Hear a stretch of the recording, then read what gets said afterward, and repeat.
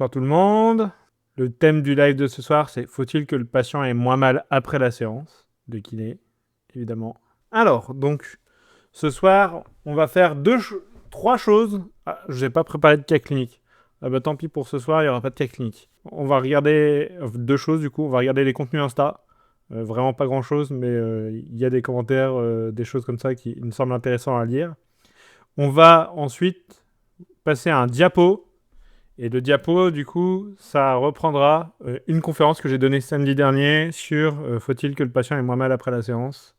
C'est une conférence que j'avais déjà donnée de manière un peu différente au CIFEPCA il y a 2 ans, en 2022. 3 ans maintenant, wow, ça fait vieux. On va commencer par rigoler un petit coup, si vous avez envie de rigoler. Au nom de Jésus, je proclame une guérison totale maintenant. Dans le nom de Jésus, tout se remet en place maintenant. Guérison totale. Merci. Commencez. Quelqu'un qui a des ruptures croisées. Ah ouais, je sens... Tu sens quoi? Je sais pas... Ça a marché, je crois. Ah, vas-y, on essaye, hein. Ah ouais, j'arrive à le plier un peu. C'est vrai? Et t'arrivais pas à faire ça avant? Non. Eh, merci Jésus, c'est énorme. Ah ouais. Tu veux essayer de te lever? Si, ça a marché. Et est-ce que t'es totalement mieux ou tu veux qu'on continue? On continue. On continue? Qu'il peut bouger sa jambe et l'utiliser pleinement. Dans le nom de Jésus, amen. Vas-y.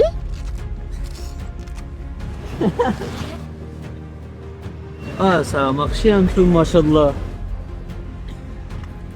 T'arrives à la plier? Tu veux essayer? Non, je peux pas. Mais déjà ça, est-ce que tu pouvais le faire avant? Non, je pouvais pas. Waouh. Bah merci Jésus.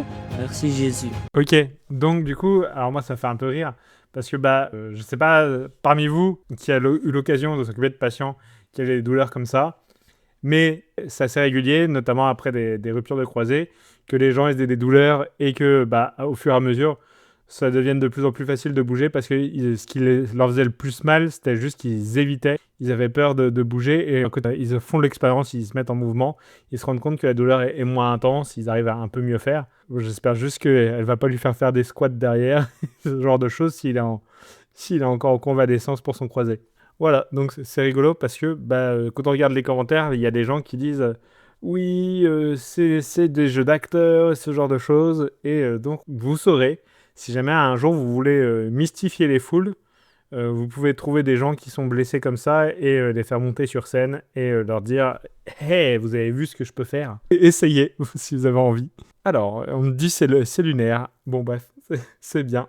Je vous donne des astuces et tout ça. Deuxième contenu que j'aurais bien aimé qu'on regarde avant qu'on commence le diapo. Les charges lourdes, donc si on fait... On va reprendre. Il y a plein de personnes qui me disent que je fais mon soulevé de terre n'importe comment. Apparemment, j'ai les jambes trop tendues et c'est pas bon pour les genoux. J'ai le dos creusé alors qu'il faudrait avoir le dos droit. J'ai la tête relevée alors qu'il faudrait qu'elle soit neutre. Ah, et aussi, j'ai la barre trop loin du corps. Ça devrait frôler mes mollets. Ok, il est temps pour quelques explications. Vous allez en salle de sport pour la première fois avec une intention ferme. Soulever des barres pour gagner en muscle. Comme vous ne savez pas comment vous y prendre, vous demandez à un coach qui est ravi de vous montrer la technique correcte pour chaque exercice. Il vous corrige et vous explique les bonnes choses à faire pour ne pas vous blesser. Parce qu'après tout, la musculation c'est fait avec des charges lourdes. Donc si on fait n'importe quoi, on est plus à risque de se péter un truc. Et ben ça, c'est une idée reçue. Premièrement parce qu'on se blesse ridiculement peu en musculation. Au football, on se blesse en moyenne 6,6 fois par 1000 heures de pratique. Au rugby, c'est 11,8. En course à pied, c'est 8,78. En musculation, c'est 0,24. Puis deuxièmement, à l'heure actuelle, la science n'arrive pas vraiment à déterminer s'il y a des techniques qui sont meilleures que d'autres pour ne pas se blesser en musculation. Tant qu'il y a une forme de progressivité qui est respectée, il n'y a pas vraiment de raison de penser qu'on ne puisse pas charger n'importe quel mouvement. Car nos muscles, nos os, nos tendons et même nos disques intervertébraux s'adaptent. Ce courant de pensée s'appelle le movement optimism. On pourrait traduire approximativement par les optimistes du mouvement. Et il est porté par des scientifiques très sérieux, dont le fer de lance Greg Lehman. On ne peut pas en vouloir aux coachs qui appliquent des grilles de techniques strictes parce que c'est ça qu'on leur a appris dans leur formation. Et pas non plus aux personnes qui ne font que répéter ce que leur a dit leur coach. Mais les faits sont là, scientifiquement on a progressé et on devrait s'en réjouir.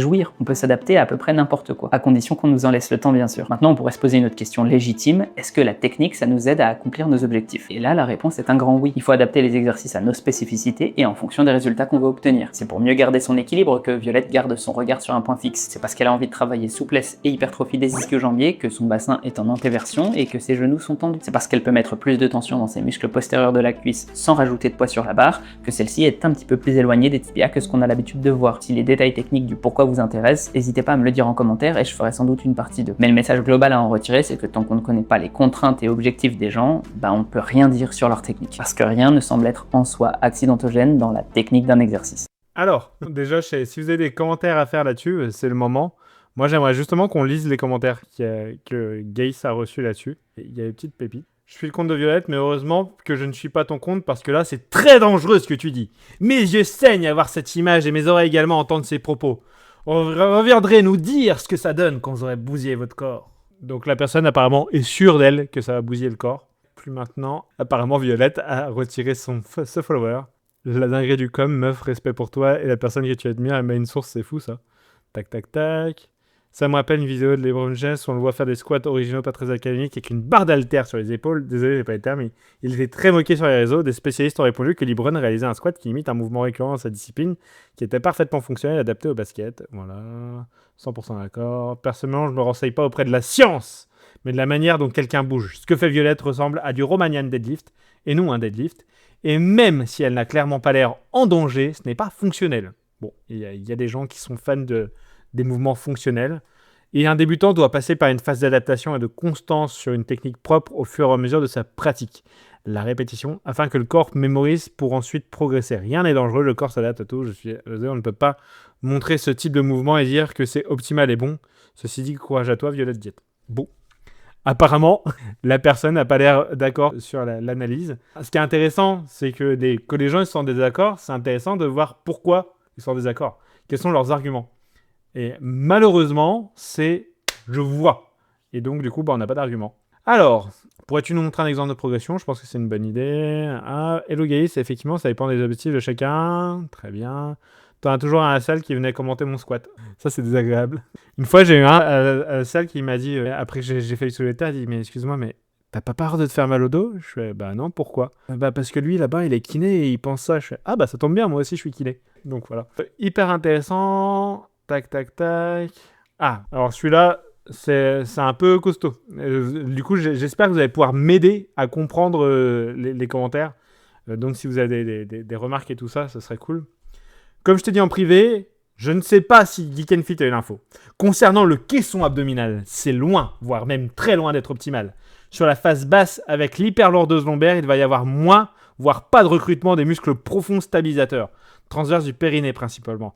Et même si ça peut être compensé sur la phase de remontée par une contraction concentrique des fessiers, qui travaille en synergie avec le périnée, le plus souvent, cela localise la contraction sur la partie postérieure du périnée. Donc dans l'optique de l'optimisation des muscles du corps, je corrige en effet la posture. Cette exécution, je la proposerai si elle a vraiment trop d'abdos. Et encore, il faudrait bilanter quel abdos est recruté préférentiellement pour dans son mouvement.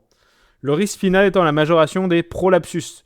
Lever lourd sans considérer la biomécanique pelvienne. Donc pour moi, c'est un no-go. Non, non, non, non. Et la science ne dit pas grand-chose sur le sujet parce qu'il ne faut pas oublier, pour faire des études scientifiques, il faut du temps, de l'argent et de la reproductibilité. Donc souvent, les études scientifiques, l'expertise clinique pratique n'est pas valorisée car on cherche à simplifier les protocoles pour que ce soit facile à mettre en place. On ne dit pas qu'une démarche EP, c'est l'expertise thérapeutique coach qui se repose sur les dernières données de la science pour répondre aux demandes du patient coaché. Et pas on applique bêtement la science sans comprendre et analyser. Donc en premier lieu, qui est la demande de Violette, moins de douleur, 2 fois aux grosses fesses, renfort global, plus de force à la pole dance, etc. Cet exercice est dans quel protocole global et quels sont les risques antécédents du coaché. Mais globalement, dans 95% du temps, réaliser cet exercice de cette manière est un no-go pour moi. Pas assez de recrutement périnée transverse et donc aucun intérêt dans une réflexion de renfort global. Première des choses, moi j'ai pas compris, c'est que il dit c'est adapté à ses besoins. Elle dit moi c'est non dans 95% du temps, mais il faut voir ses besoins. La manière de formulaire était peut-être un peu différente en disant voilà ce qui peut se passer, est-ce que tu as intégré ça dans ton raisonnement? Voilà.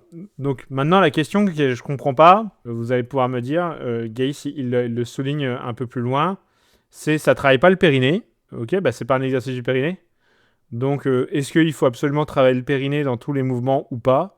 Voilà, je vous laisserai le soin de me répondre tout ça. Moi je crois que c'est pas comme ça que ça fonctionne, parce que du coup, c'est pas comme ça que je crois que ça fonctionne. En l'absence de données, j'ai pas l'impression que ça fonctionne comme ça.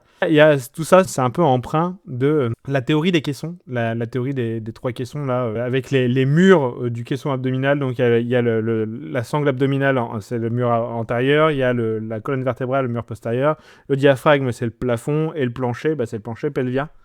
Et du coup, on disait, bah oui, en fait, si c'est trop faible au niveau du plancher pelvien, la pression, elle va faire qu'on va avoir le prolapsus. Et donc, il ne faut pas trop renforcer le reste sans renforcer le plancher pelvien.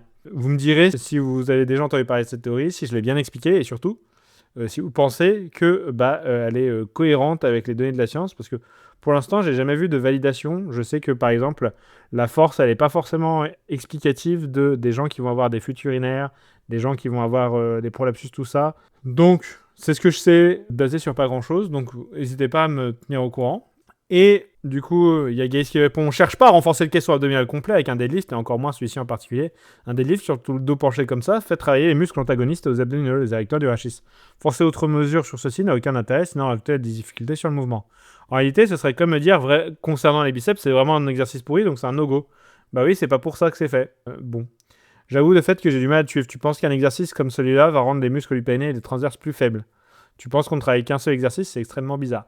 Donc, c'est un peu ce que j'ai dit. Donc là, celui-là, il n'est pas fait pour travailler le périnée. L'idée, c'est que si tu renforces le reste sans travailler le périnée, du coup, tu risques d'avoir trop fort par rapport au périnée. Encore une fois, je suis pas sûr que là, pour le coup, en plus, c'est des spinos. Donc je suis pas sûr qu'ils vont être le plus travaillés. Les abdos, ils vont un peu bosser, mais vraiment pas grand-chose. Je suis pas sûr que ce soit un danger de déséquilibre. Est-ce que la notion de déséquilibre existe déjà, d'ailleurs, pour la statique pelvienne, tout ça? Ah, elle répond: ah, ça y est, t'es revenu, je vais donc pouvoir détailler. Je comprends bien que t'as du mal à me suivre et tu ne comprends pas. Et c'est bien cela qui m'embête. C'est que tu t'inscris en espère, tout du moins en sachant, mais pour autant, tu ne sais pas. D'accord. Là où on est d'accord, c'est de déconstruire le mythe qu'il faut bouger parfaitement pour bouger, parce que sinon on risque de se faire mal. Sur ça, c'est ok. Là où c'est pas ok, c'est sur la compréhension de la biomécanique du mouvement en sa globalité.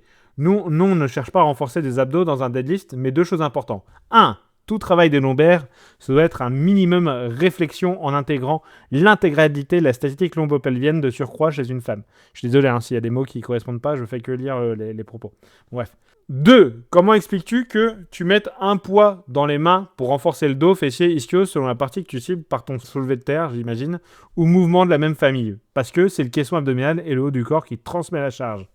Donc, au même titre qu'il faut un minimum considérer le grip quand tu as une barre dans les mains, il faut considérer le caisson abdominal, et par là j'entends évidemment le périnée, dans les mouvements polyarticulaires sans débat, et pour le coup, moi je le rajoute même dans du monoarticulaire. Donc, son argument, c'est que vu qu'il y a transmission des forces, ça travaille quand même le caisson abdominal de faire ça. Et c'est pas faux. En fait, on a vu que quand on faisait du soulevé de terre, quand on faisait des squats et tout ça, on a une activation des abdominaux qui est pas incroyable. Elle n'est pas énorme, donc voilà, mais elle est là. Donc au même titre qu'il faut dans les mouvements polyarticulaires sans débat, et pour le coup, moi je rajoute même dans du monoarticulaire. Pourquoi l'une des pathologies principales c'est la statique pelvienne, c'est le prolapsus, et même si le fait de lever du poids, c'est pas la cause unique du prolapsus, les mauvaises gestions des pressions abdominales en est la base. Donc quand on met un bar, une haltère, un kettle dans les mains d'un coach sans considérer son transverse et son périnée, on fait une erreur professionnelle. Et ça, la science ne va pas te l'apprendre. Désolé. Donc apparemment, elle le sait, mais elle le sait sans la science. Ce qui est bien. Gaïs apparemment a pas trop apprécié, Geek and Fit. Il a dit on va redescendre dans l'étage sable si tu le veux bien. Donc apparemment, il n'a pas aimé le ton. Je comprends parfaitement tout ce que tu me racontes. Oui, parce qu'il a dit que si tu comprends pas, t'es dangereux. Je te dis simplement que ça n'a pas de sens. C'est de la politesse avant tout. J'attends que tu me fournisses quelque chose au-delà de ton expertise clinique, car celle-ci ne peut pas avoir valeur de preuve pour des dissensions de ce genre. Pour en avoir discuté avec des amis kinés très portés sur l'EP justement, il me semble pas non plus d'accord avec le modèle biomécanique que tu avances. Je laisse Finkin détailler, c'est moi Finkin, détailler son point de vue dans le cas sans le caricaturer. Il m'a autorisé à le taguer. Voilà, cette vision du caisson abdominal dans sa globalité qui transfère la charge n'a aucun sens, c'est ce que je t'expliquais, c'est le message avant. Ce qui transfère la charge, c'est le milieu du corps, on en est tout à fait ok, mais pas besoin d'activer outre mesure des abdominaux pour cela. Le milieu du corps est aussi constitué des adducteurs spinaux, et c'est eux qui jouent le rôle stabilisateur et d'axe de transmission. Il est évident qu'une contraction n'existe pas sans co-contraction, mais pas besoin de forcer outre mesure. Donc ce que je vous disais, oui effectivement on a vu qu'il y a une activation des abdominaux, mais pas outre mesure. Et sur un exemple concret, comment une femme enceinte pourrait-elle se pencher en avant et même faire du deadlift avec des abdominaux totalement distendus si ta théorie était valide? Je ne sais pas si l'argument est correct, mais ça me va. C'est tellement une évidence de la recherche scientifique que l'écrasante majorité des études ne s'ennuient même pas à contrôler l'activation musculaire des abdos lors des variations du deadlift et se contentent des adducteurs du rachis. Mais même si on prend le squat, pourtant où la notion de caisson devrait être encore plus importante, l'activation des abdos est ridicule. Donc voilà, c'est ce qu'on en a déjà discuté plus tôt. Je vais attendre des sources solides pour considérer que le périnée, en particulier selon le pattern moteur que tu préconises, doit être central dans tout mouvement polyarticulaire et même monoarticulaire. Pour moi, mais je m'avance peut-être, c'est une déformation professionnelle évidente. Tu soignes des gens qui ont des problèmes de périnée toute la journée, donc tu penses que tout vient de là. Et c'est précisément là où le biais de confirmation va être l'expertise clinique, donc on doit se reposer sur la science.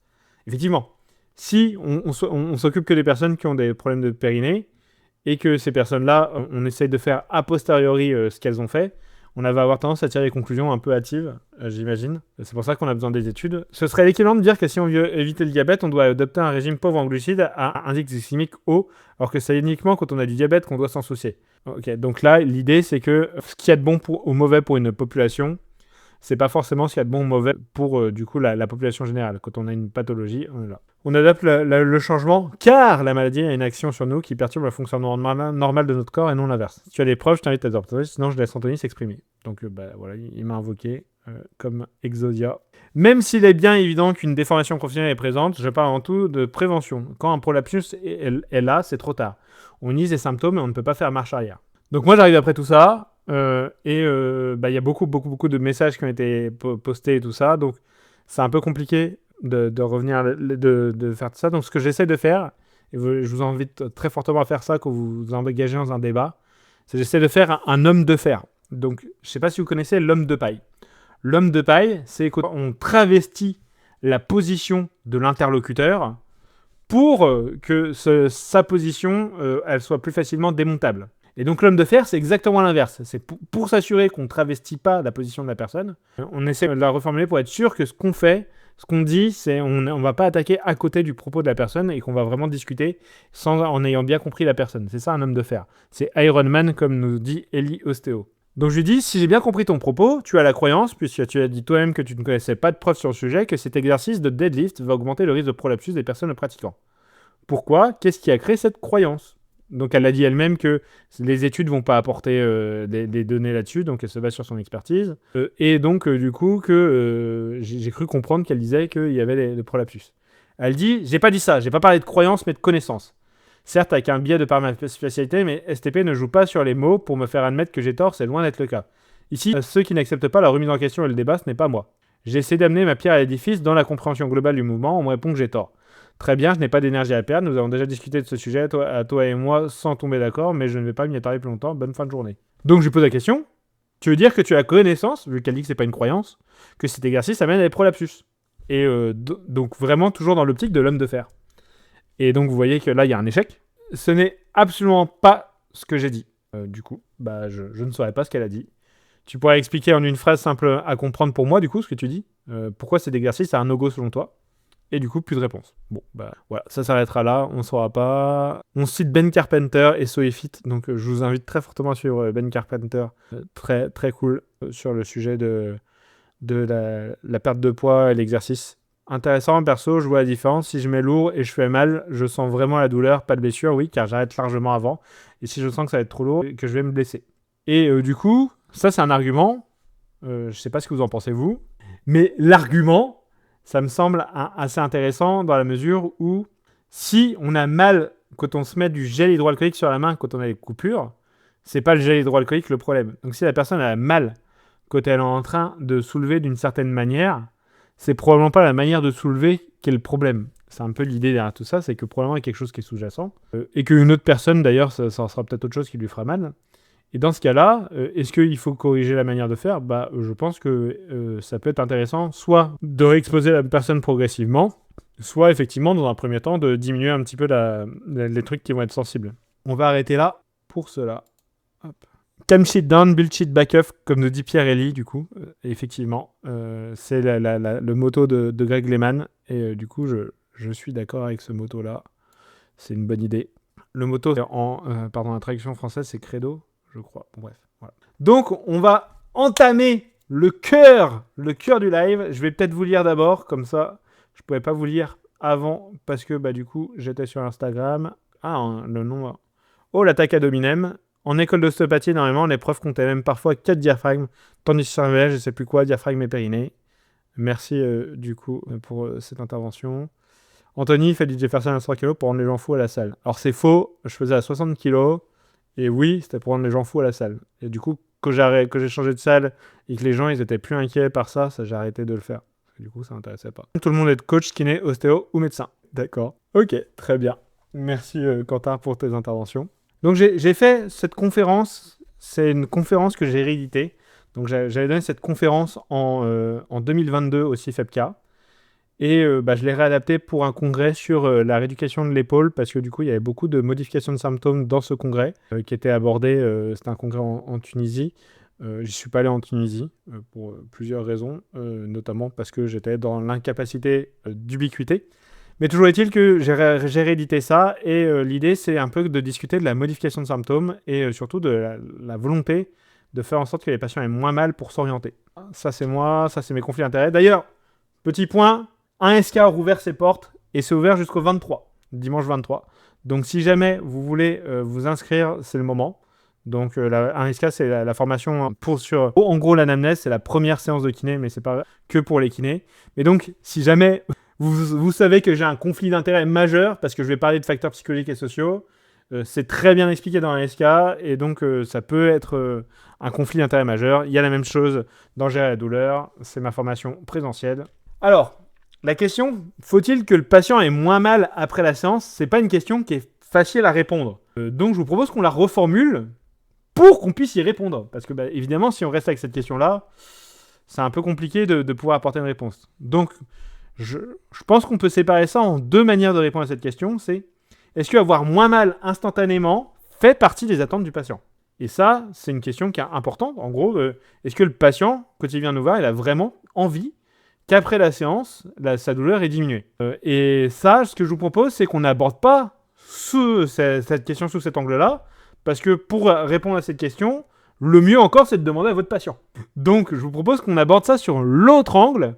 L'angle, c'est est-ce que diminuer la douleur au cours de la séance, ça permet d'obtenir une supériorité sur la fonction, l'intensité des douleurs ou la qualité de vie par rapport à ne pas diminuer la douleur après la séance. Et donc, c'est l'interrogation que je me suis posée. J'ai fait une revue de la littérature sur le sujet.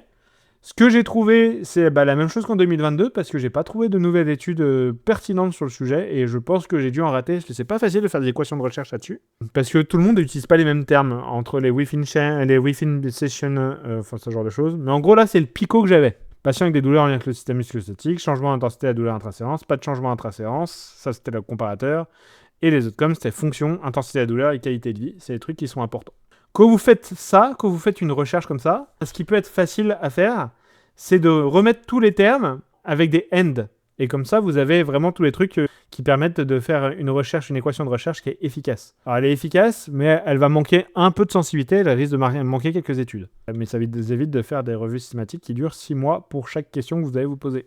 Donc, ce que j'ai trouvé, malheureusement, j'ai pas trouvé grand-chose, si ce n'est que le changement d'intensité de la douleur à court terme, au cours de la séance, ça semble prédire une amélioration de la fonction à court terme, mais genre 4-5 jours, mais pas plus. C'est-à-dire qu'en gros, si votre patient a moins mal maintenant, il aura probablement moins mal pendant les 5 jours qui vont suivre, et c'est tout. Donc si ça fait partie des objectifs que vous avez fixés avec le patient, ok, genre il va faire la route, il va devoir conduire pendant un petit moment, ça peut être très bien effectivement de faire exprès de lui diminuer la douleur au cours de la séance pour qu'il puisse mieux encaisser le fait de faire une longue route, tout ça. Si c'est pas le cas, du coup ça sert pas à grand chose. En fait, ce qui semble vraiment être prédictif de l'amélioration fonctionnelle des patients, c'est les améliorations entre les séances et les améliorations à 4 semaines. Donc oui, c'est intéressant de vérifier si votre patient s'améliore, mais pas forcément au cours de la séance. Genre faire des processus de modification de symptômes et tout ça, qui en plus semblent manquer un peu de fiabilité, par exemple pour la SSMP, Shoulder Symptom Modification Procedure, c'est pas une nécessité. Vous pouvez le faire si vous voulez, et il y a des intérêts, on va en discuter là des intérêts, mais c'est pas une nécessité. On me pose la question, mais pour ceux qui flambent, alors est-ce que tu peux préciser ta question, Quentin? En gros, diminuer la douleur à court terme, est-ce que ça va avoir un effet sur les flambées? En fait, ça va dépendre de ce que tu vas utiliser comme manière de diminuer la douleur à court terme.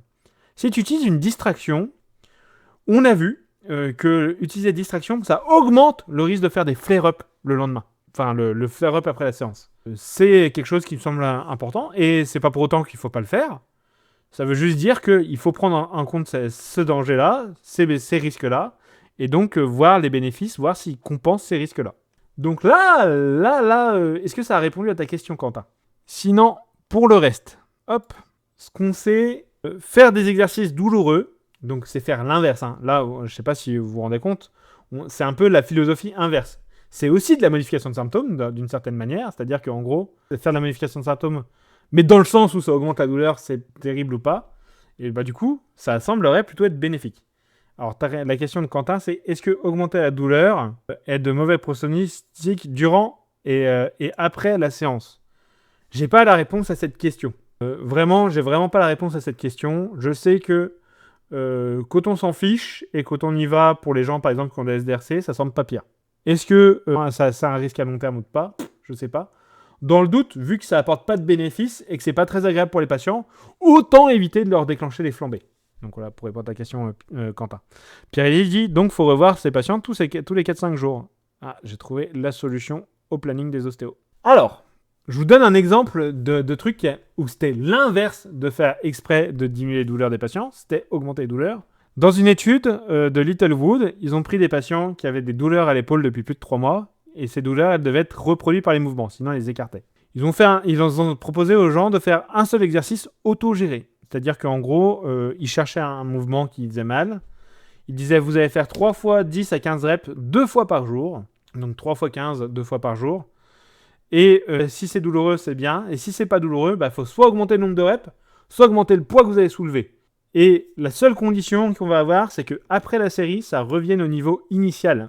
D'accord? Donc vous avez mal à 5 sur 10. Vous pouvez faire des exercices, ça monte à 9 sur 10, on s'en fiche. Par contre, quand vous arrêtez, il faut que ça revienne à 5 sur 10. Et ils ont comparé ça à la kiné classique. La kiné classique, c'était large. Et en gros, ça n'a pas été distingué ce qu'ils faisaient. Mais il y avait des programmes d'exercices plus globaux, il y avait du TENS, il y avait des massages, ce genre de choses. Donc voilà. Et du coup, les résultats étaient équivalents entre les groupes à 3, 6 et 12 mois. Il n'y avait pas d'intensité de douleur prescrite, il me semble pas. En gros, ils ont juste demandé que ce soit douloureux. Vraiment, et avec la condition, c'est que ce soit pas pire après la série, pour te répondre du coup, Pierre-Élie. Souvent, il y en a qui préconisent 5 sur 10 en termes d'intensité de douleur. D'ailleurs, c'est ce qui était dit dans la revue systématique que j'ai citée, qui cite cette étude-là.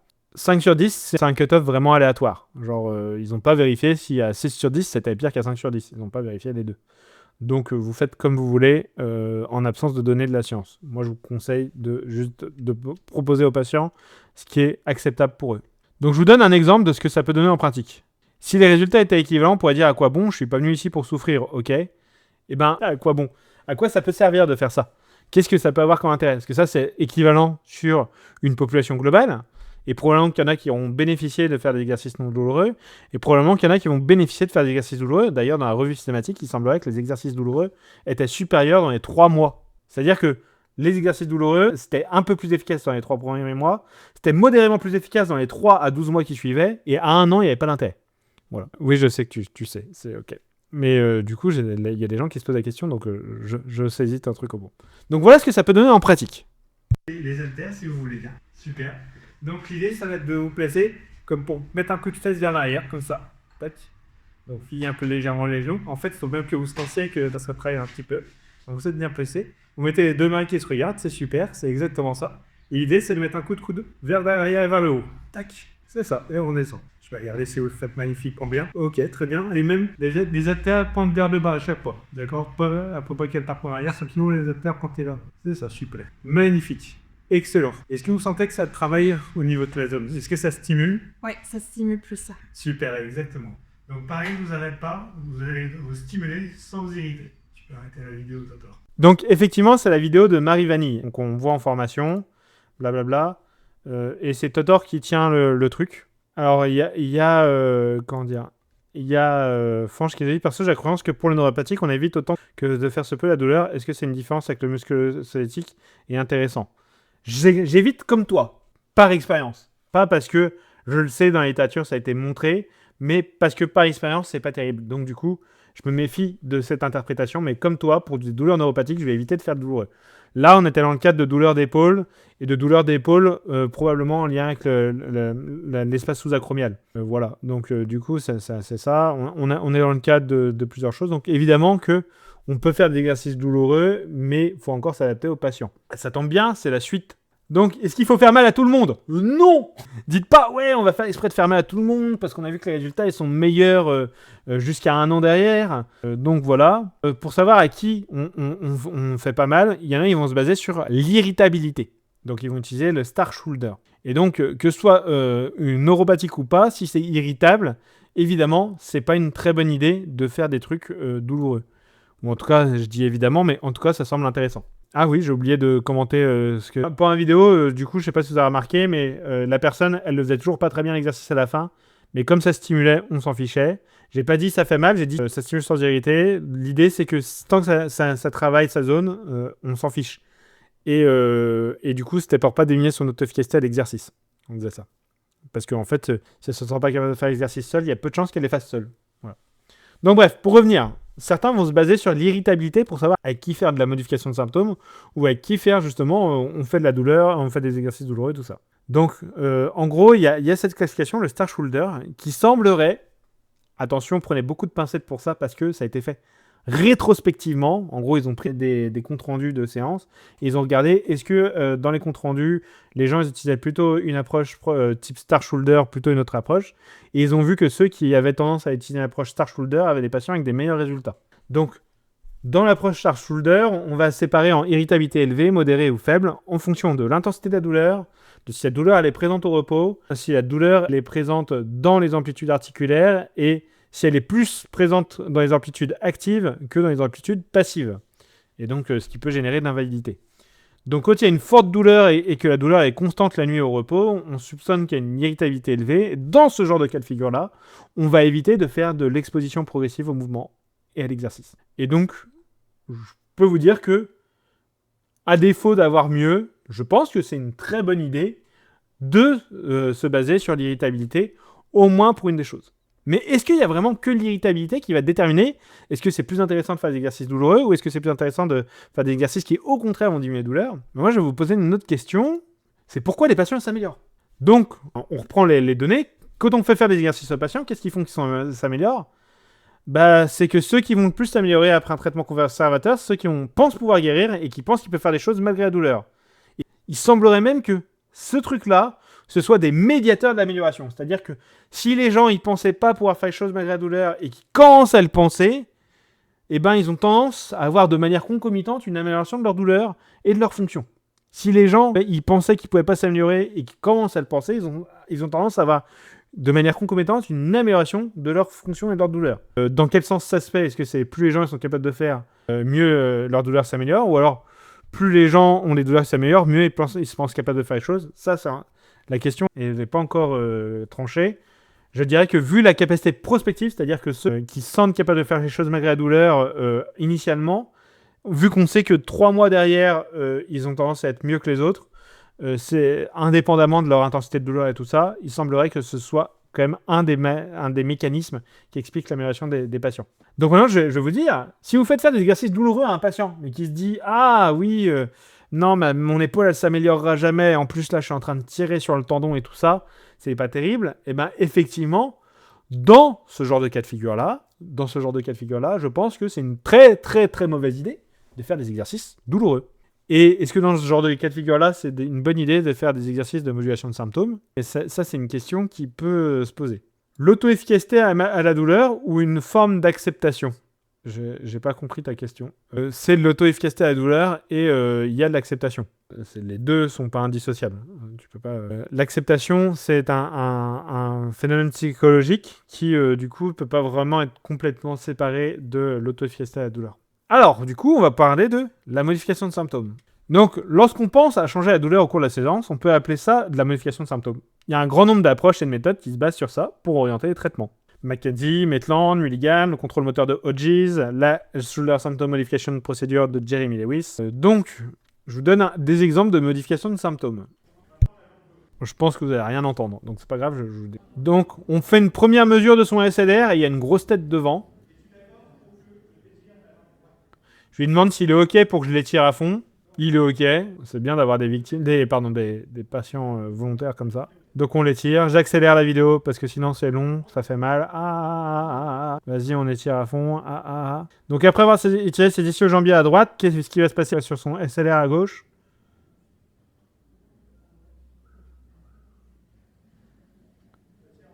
C'est fou, son amplitude a grandement augmenté. Au contraire, augmenté. Mais est-ce qu'il y a quelqu'un qui veut s'opposer, qui dit non, l'amplitude n'a pas augmenté? J'accepte que ce soit un peu subjectif, même si là, pour le coup, je pense que on peut mesurer avec la caméra. On peut mettre des traits. Peut-être que sur Insta, vous n'avez pas beaucoup vu.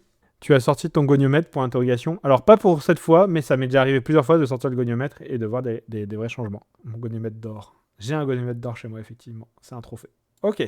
Donc ça, c'est une modification de symptômes, probablement basée sur la modulation conditionnelle de la douleur. Qu'est-ce qu'on avait? J'ai pas pu tracer l'angle, le plan n'est pas parfaitement sagittal. Eh ben, désolé pour toi, Mathieu. Comment dire?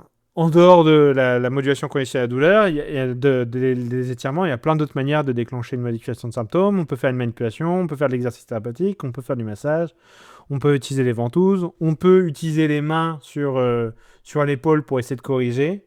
Je sais pas si vous avez déjà fait ça, vous avez peut-être déjà fait le test d'assistance scapulaire. Moi, je l'ai fait pas très longtemps. Et ce que j'avais tendance à remarquer, c'est que quand je faisais le test d'assistance scapulaire, j'arrivais souvent à améliorer l'amplitude de mes patients. Et l'amplitude, elle s'améliorait aussi, même quand je faisais l'inverse de l'assistance scapulaire, quand je faisais de la résistance scapulaire. Donc en fait, juste poser mes mains sur la personne, ça avait tendance à améliorer l'amplitude. Donc ça suggérait que c'était peut-être pas en lien avec le mouvement de la scapula. Bref, tout ça pour vous dire qu'il y a plein de manières différentes de faire la modulation de symptômes. Mais pourquoi, si elles sont toutes différentes ces manières-là, pourquoi on les regroupe tous sous le même terme? Parce qu'en fait, il y a vraiment des mécanismes très similaires. Va y avoir une activation du réseau de science, donc on va se concentrer sur un truc, genre vous mettez les mains sur le pied d'une personne, la personne va avoir beaucoup de mal à se concentrer sur sa douleur à l'épaule, parce qu'elle va se concentrer sur votre main sur son pied. Il y a des activations des voies antinocéptiques descendantes, donc en gros, vous allez relâcher des opioïdes endogènes qui va bloquer la quantité de nociception qui va remonter dans votre cerveau. Vous allez libérer plein de médiateurs chimiques, donc on a parlé des opioïdes endogènes, les endorphines. Vous allez relâcher la sérotonine, des endocannabinoïdes qui vont diminuer la réponse de vos nocicepteurs à l'inflammation. Donc il y a plein de mécanismes qui vont être très similaires et qui vont être tous déclenchés par plein de procédures différentes. Que vous soyez en train de faire un étirement, un massage, que vous soyez en train de faire des exercices, vous allez activer le système sympathique, vous allez activer le système parasympathique, ça va dépendre de ce que vous allez utiliser. Après, peut-être qu'avec le massage, vous allez peut-être relâcher un peu plus d'ocytocine, l'hormone du câlin, qui va avoir des effets sur les nocicepteurs aussi. On a des données aussi qui montrent que de manipuler dans des paramètres totalement débiles vis-à-vis de la biomécanique, il y a les mêmes effets comme quand tu fais l'inverse de l'assistance scapulaire. Ouais, en fait, on a la dernière méta-analyse en réseau sur le sujet qui semble indiquer qu'il n'y a pas de manière supérieure de faire la thérapie manuelle. Peu importe comment on place ses mains, peu importe ce qu'on fait, peu importe si on le fait en caressant la fesse gauche dans le sens des aiguilles d'une montre, ou on fait une vraie manipulation sur une vertèbre, ça ne va pas changer grand-chose si le patient a des attentes positives envers ça. Et c'est important, je pense, là-dessus. Et du coup, évidemment, il y aura des variations dans les études, mais ces variations, elles sont souvent expliquées par les attentes qui ne sont pas toujours évaluées. De temps en temps, c'est pas expliqué et ça, j'ai du mal à comprendre.